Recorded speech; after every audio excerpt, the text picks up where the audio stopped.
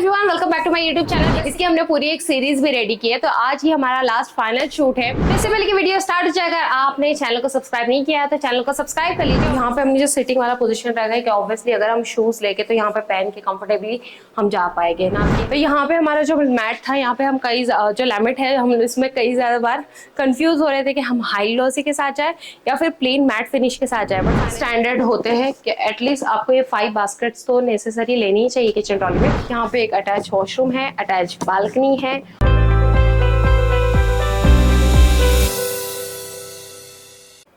Hello everyone, welcome back to my YouTube channel best kitchenette. मैं अनम और आज हम लोग आए अपने बढ़ते नगर नासिक साइड पर, जहां पर 2 BHK फ्लैट को हमने फुल फर्निश किया था। इसकी हमने पूरी एक सीरीज भी रेडी की है, तो आज ही हमारा लास्ट फाइनल शूट है।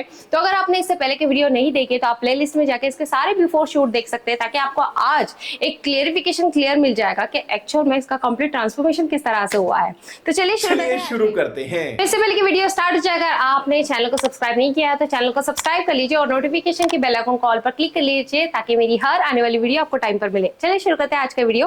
राइट नाउ हम लिविंग रूम में है और जहां से मैं शूट कर रही हूँ, सबसे पहले मैं वही का बता देती हूँ कि ये हमारा एंट्रेंस वाला पार्ट है। यहाँ पे आमने सामने फ्लैट्स है और यहाँ पर हमने रैक पूरा शू रैक ऑर्गेनाइज किया। ऑब्वियसली आपने जब बिफोर शूट देखा होगा तो आपको पता होगा बिल्डिंग्स पूरी ऑलमोस्ट अंडर कंस्ट्रक्शन में थी, ना फ्लोरिंग थी ना कुछ था, कुछ भी नहीं था तब हमने यहाँ पे विजिट किया था। तो राइट नाउ अब जब मैं फाइनल शूट पर आई हूँ तो सारी चीज़ें प्रॉपर तरीके से ऑर्गेनाइज है। काफ़ी सारे लोग ऑलरेडी शिफ्ट हो भी चुके हैं अपने घर पर। तो ये हमारा पूरा एक शू रैक वाला एरिया, मैं इसको ओपन करके बता देती हूँ। यहाँ पे हमने जो सिटिंग वाला पोजिशन रखा है कि ऑब्वियसली अगर हम शूज़ लेके तो यहाँ पे पहन के कंफर्टेबली हम जा पाएंगे, ना कि हमें स्टेयरकेस वगैरह का यूज़ करना पड़े। काफ़ी ज़्यादा शूज़ इसमें बैठ सकते हैं आराम से, आप चाहे तो एक के ऊपर एक भी रख सकते हैं। और सारे शेल्फ्स हमने मूवेबल रखे कि इन फ्यूचर अगर आपको ये शू रैक घर में एज ए स्टोरेज टेबल की तरह भी यूज़ करना है तो आप इजीली इसे यूज़ कर सकते हैं। तो ये हमारा शू रैक वाला एरिया हो गया। और देन उसके बाद जैसे ही हम इंटर करते हैं तो इंटर करने के बाद ये हमारा पैरेलल शेप में सिटिंग एरिया आ जाता है। देन यहाँ पे ओपन बालकनी है और बीच में हमारा सेंटर टेबल वाला एरिया है और यहाँ पे हमारा यूनिट वाला एरिया है। तो थोड़ा दूर से अगर आप देखोगे इसे तो यहाँ पर आप देखोगे तो पूरा यूनिट का जो भी वॉल था पूरा एज इट इज कवर कर लिया है।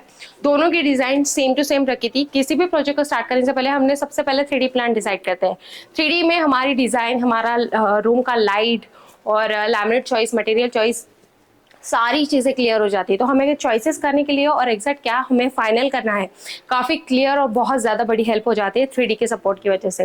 तो यहाँ पे हमारा जो मैट था, यहाँ पे हम कई जो लैमिट है, हम इसमें कई ज़्यादा बार कंफ्यूज हो रहे थे कि हम हाई ग्लॉसी के साथ जाए या फिर प्लेन मैट फिनिश के साथ जाए। बट फाइनली हम SF के साथ गए हैं, जो कि हमारा वुडन टेक्सचर वाला ही लैमिट है।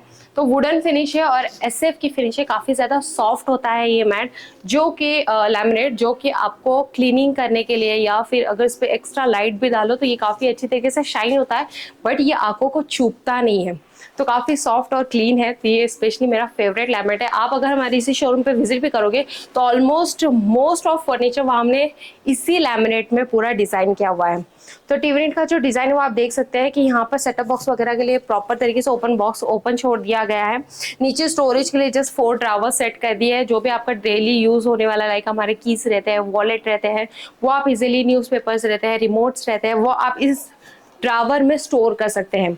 और एट द एंड वहाँ कॉर्नर में जो बॉक्स हम एम्प्टी छोड़ते हैं वो डिज़ाइन इस अकॉर्डिंग क्रिएट की जाती है कि अगर आपके कोई स्पीकर्स है या फिर आपका कोई प्रिंटर वहाँ पर आपको रखना है तो उस हिसाब से आप इस डिज़ाइन को यूज़ कर सकते हैं। तो वो वाला कॉर्नर कुछ इस हिसाब से होगा। एक्चुअल में वहाँ पे उसी तरह से उसका यूटिलाइज किया जा रहा है।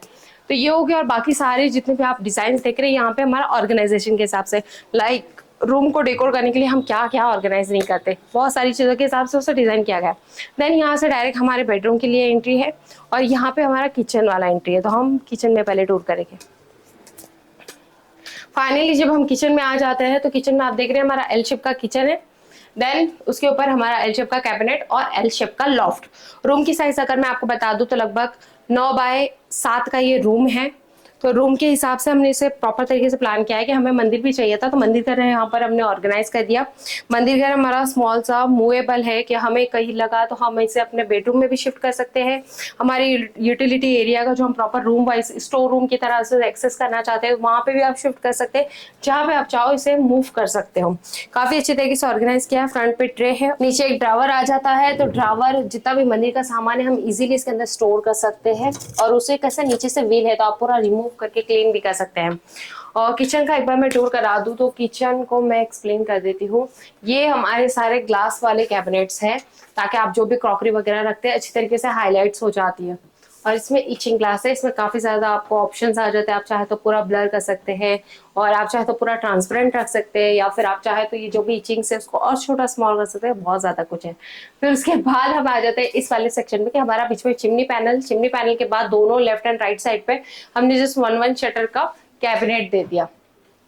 देन ये हमारा कुकिंग वाला एरिया, लॉफ्ट सबसे हाइट पे है, तो जो हमारा बहुत रेयर मटेरियल रहता है वो हम ऊपर डालेंगे। यहाँ पे जो हमारी लैमिनेट फिनिश है ये हमारा कैपुचिनो वाला लैमिनेट है जो कि स्पेशल वाला है। इस पे हल्के से स्पार्कल्स है जो कि लाइव आपको देखने मिल सकते हैं, कैमरे में शायद ही आ जाए। उसके बाद फिर हमारा आ जाता है किचन वाला नीचे का पार्ट। किचन वाले पार्ट में ये हमारा सिंक एरिया है, तो सिंक पे जस्ट एक शटर, कॉर्नर में फुल आउट दे दे क्योंकि ऑब्वियसली यहाँ पे आरओ वगैरह है, तो डेली यूज होने वाली ग्लासेस जैसे आप देख रहे हैं यहाँ पे ग्लासेस रखी हुई, तो यहाँ से काफी इजी होता है एक्सेस करने के लिए ग्लासेस और हमारा वो सारी चीजें। देन उसके बाद यहाँ पे हमारा एल कॉर्नर है, तो ऑब्वियसली एल कॉर्नर के लिए यहाँ पे सामने सारे आटे और राइस के डिब्बे, और कॉर्नर में हमारा एलपीजी चला जाएगा। यहाँ पे हमारा कप ससर वाला रैक, देन उसके नीचे थाली वाला जो हमारा स्टैंडर्ड रहता ही है, उसके बाद कटलरी और उसके नीचे 2 प्लेन बास्केट्स। ये सारे हमारे स्टैंडर्ड होते हैं कि एटलीस्ट आपको ये 5 बास्केट्स तो नेसेसरी लेनी ही चाहिए किचन ट्रॉली में। और अगर आपका स्टोरेज ज़्यादा है तो आप और एक्स्ट्रा बास्केट भी ले सकते हैं, और अगर आपका स्टोरेज बहुत कम है तो और आपका बजट भी नहीं अलाउ कर रहा है तो मैं चाहूँगी कि अगर आप बजट फ्रेंडली होना चाहते हैं तो आप जस्ट 5 बास्केट लीजिए और बाकी के सारे शटर्स लेके मिडल में शेल्फ डाल दीजिए ताकि आप ऊपर नीचे के स्पेस को प्रॉपर तरीके से यूटिलाइज कर पाओगे अपने किचन में। ये हो गया हमारा किचन का स्टोर। तो अब हम चलते हैं बेडरूम में। जब हम फाइनली बेडरूम में आते हैं तो ये हमारा मास्टर बेडरूम 2 है। मैं लाइट्स और ऑन कर देती हूँ ताकि थोड़ा क्लियर हो जाए। तो ये हमारा मास्टर बेडरूम 2 है। यहाँ पे एक अटैच वॉशरूम है, अटैच बालकनी है, और यहाँ पे हमारा बहुत जब हमने फाइनली क्लाइंट से कंसल्ट किया था तो हमारा ये कंसेप्ट बहुत ज़्यादा क्लियर था कि हम बहुत ही जहाँ पे नेसेसरी है उतना ही फर्नीचर लेके, अदरवाइज हम एक्स्ट्रा फर्नीचर नहीं लेंगे। यहाँ पे हमें जितनी स्पेस मिली थी वहाँ पे हमने एक प्रॉपर तरीके से बेड ऑर्गेनाइज कर दिया, बैक पैनलिंग पूरा फिक्स कर दिया, और हमने वार्डरोब से थोड़ा थोड़ा एक्स्ट्रा ले लिया ताकि वो एक लुक वाइज अच्छा दिखे। देन यहाँ पे हमारा वार्डरोब आ गया। यहाँ पे हमें स्लाइडिंग वाला ऑप्शन नहीं था, आप देख पाओगे यहाँ पे हमारा वॉशरूम एंड हो जाता है। देन सिर्फ हमें ये 4 फीट का जगह मिल रहा था, तो यहाँ पे अगर हम बाय डिफॉल्ट स्लाइडिंग भी दे पाते थे तो स्लाइडिंग में हमें काफी एडजस्टेबल, बहुत ही कंजेस्टेड हो जाता है उसे एक्सेस करना, तो हमारे पास इतना स्पेस तो था ही कि हम इसे ओपनेबल दे दे। तो फाइनली हमने यहाँ पे इसे ओपनेबल दे दिया।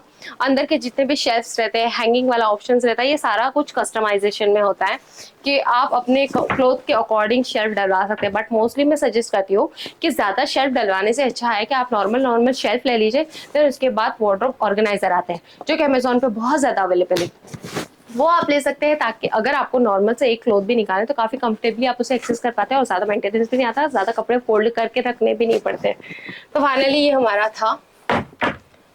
उसके बाद फिर ऊपर हमारा लॉफ्ट वाला सेक्शन आ जाता है। लॉफ्ट वाले सेक्शन पे ऐसा है कि यहाँ पर लॉफ्ट बना हुआ नहीं था, नीचे से एक फ्लैप देते हुए हमने प्रॉपर तरीके से उसे ऑर्गेनाइज कर दिया ताकि जो भी आपका बहुत रेयर मटेरियल है, लाइक आपके वेदर अकॉर्डिंग जो भी आपके क्लोथ्स वगैरह है या फिर आपके बैग्स वगैरह है बड़े, वो सारे आप ऊपर स्टोर कर सकते हैं। तो ये वाले लॉफ्ट का इस तरह से आप यूटिलाइज कर सकते हैं। देन उसके बाद आपको पता है बेड तो डायरेक्ट हाइड्रोलिक आ ही जाता है, इसके अंदर भी बहुत सारा मटेरियल आप स्टोर कर सकते हैं। लाइक कि आप देख सकते हैं आपके पास एक्स्ट्रा मैट्रेस है या फिर आपके पास एक्स्ट्रा बहुत सारे ब्लैंकेट्स वगैरह है, और भी बहुत सारे पर्पज ये क्लियर करने के लिए आप इसमें बहुत सारा मटेरियल अपना स्टोर कर सकते हैं। तो फाइनली ये होता है फर्नीचर का एक्चुअल यूटिलाइज। इसके बाद हम चलते हैं मास्टर बेडरूम में। तो फाइनली हमारे मास्टर बेडरूम में ये हमारा बेड है, 2 साइड टेबल्स है। साइड टेबल का बहुत अच्छी तरीके से यूटिलाइज हो रहा है। ऑब्वियसली क्लाइंट हमारे वर्किंग में है तो आपके प्रिंटर्स रहते हैं, आपका लैप भी रहता है, और आपका अगर पीसी है तो आप इस तरह के स्पेस पे ऑटोमेटिकली अपना खुद से एक सेल्फ एडजस्टमेंट के अकॉर्डिंग आप उस प्लेस को प्रॉपर तरीके से यूटिलाइज कर लेते हैं। देन यहाँ पे हमारा वार्डरोब वाला सेक्शन हो गया। देन ऊपर हमने पूरा लॉफ्ट कवर कर दिया एंड टू एंड। उस साइड पे लॉफ्ट नहीं था, मेकिंग भी नहीं था, हमने पूरा पैनल देते हुए पूरा प्रॉपर स्पेस का यूटिलाइज कर लिया और कवर कर दिया। यहाँ पे वार्डरोब का एक व्यू दिखा देती हूँ, सबका अपना अपना पर्सनल रहता है लेकिन मैं दिखा दे रही हूँ जस्ट एक व्यू। इसमें स्टैंडर्ड मेजरमेंट में ही हमने कवर किए हैं कि जस्ट एक साइड पे पूरा लेडीज सेक्शन, देन एक साइड पे पूरा जेंट्स वाला सेक्शन, तो आपको यूज करने के लिए काफी कंफर्टेबल हो जाता है इस तरह से। सॉफ्ट क्लोज शटर और हमारा वही स्पेशल वाला लैमिनेट हमने पूरा ही जो प्रोजेक्ट था उसमें कम्प्लीटली वही वाला रखा है, क्योंकि ऑब्वियसली एक थीम के साथ अगर पूरा घर अच्छे से ऑर्गेनाइज रहे तो काफी अच्छा लगता है।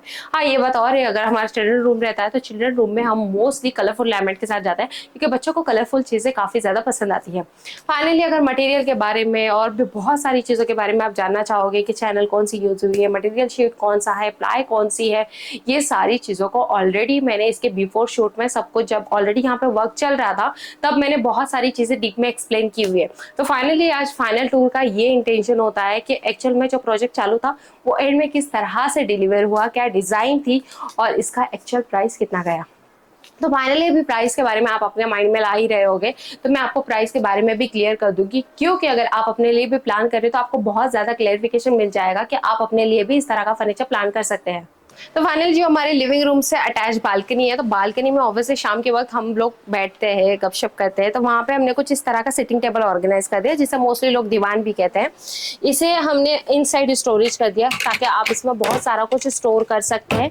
इस तरह का ये पर्पस भी क्लियर हो जाता है और शाम में बैठ के आराम से आप इसके ऊपर स्नैक्स कर सकते हैं, बहुत सारी चीजें हैं, गपशप लगा सकते हैं। आप चाहे तो इसको पैनल शेप में भी कर सकते थे, बट फिलहाल हमें जितना नेसेसरी था उतना हमने एक सिंगल इसे ले लिया, बहुत उपकारी फिलहाल। तो फाइनली इस पूरे प्रोजेक्ट का कॉस्ट भी अभी हम जान लेते हैं। तो पूरा प्रोजेक्ट लगभग 5,90,000 तक गया है, मतलब 5,90,000 तक पूरा प्रोजेक्ट कंप्लीट हुआ है। आपको पता है कस्टमाइज चीज है, जैसे आप मटेरियल चॉइस करते हो, कलर चॉइस करते हो, कलर कॉम्बिनेशन चॉइस करते हो, और एक्चुअल में कितना नेसेसरी आपका साइजेस है नहीं है, वो सारी चीजों पर डिपेंड करता है। तो इसीलिए अमाउंट भी प्लस माइनस होती है। अगर आप अपने प्रोजेक्ट के लिए प्लान कर रहे हैं तो मैं चाहूंगी सबसे पहले आप 3D प्लान कीजिए, क्योंकि 3D में आप क्या मटेरियल पैलेट यूज करने वाले हैं, आपका कलर कॉम्बिनेशन कौन सा है, और आपकी साइजेस कितनी है, बहुत सारी चीजें क्लियर हो जाती है, जिससे एक एक्चुअल कोट आपका नजर आ जाता है कि जो कोट आपको दिया जा रहा है उसमें क्या होने वाला है, क्या मिलने वाला है। तो फाइनली मैं चाहूंगी कि अगर आप ऐसा कुछ प्लान करें तो नीचे दिए गए नंबर पर आप डायरेक्टली डिस्कस कर सकते हैं। उम्मीद करती है आज का वीडियो आप लोगों को पसंद आया होगा। चैनल को सब्सक्राइब कीजिए, वीडियो को लाइक कीजिए और जितना चाहे उतना शेयर कीजिए। मिलता है एक नए एपिसोड के साथ, तब तक के लिए बाय बाय।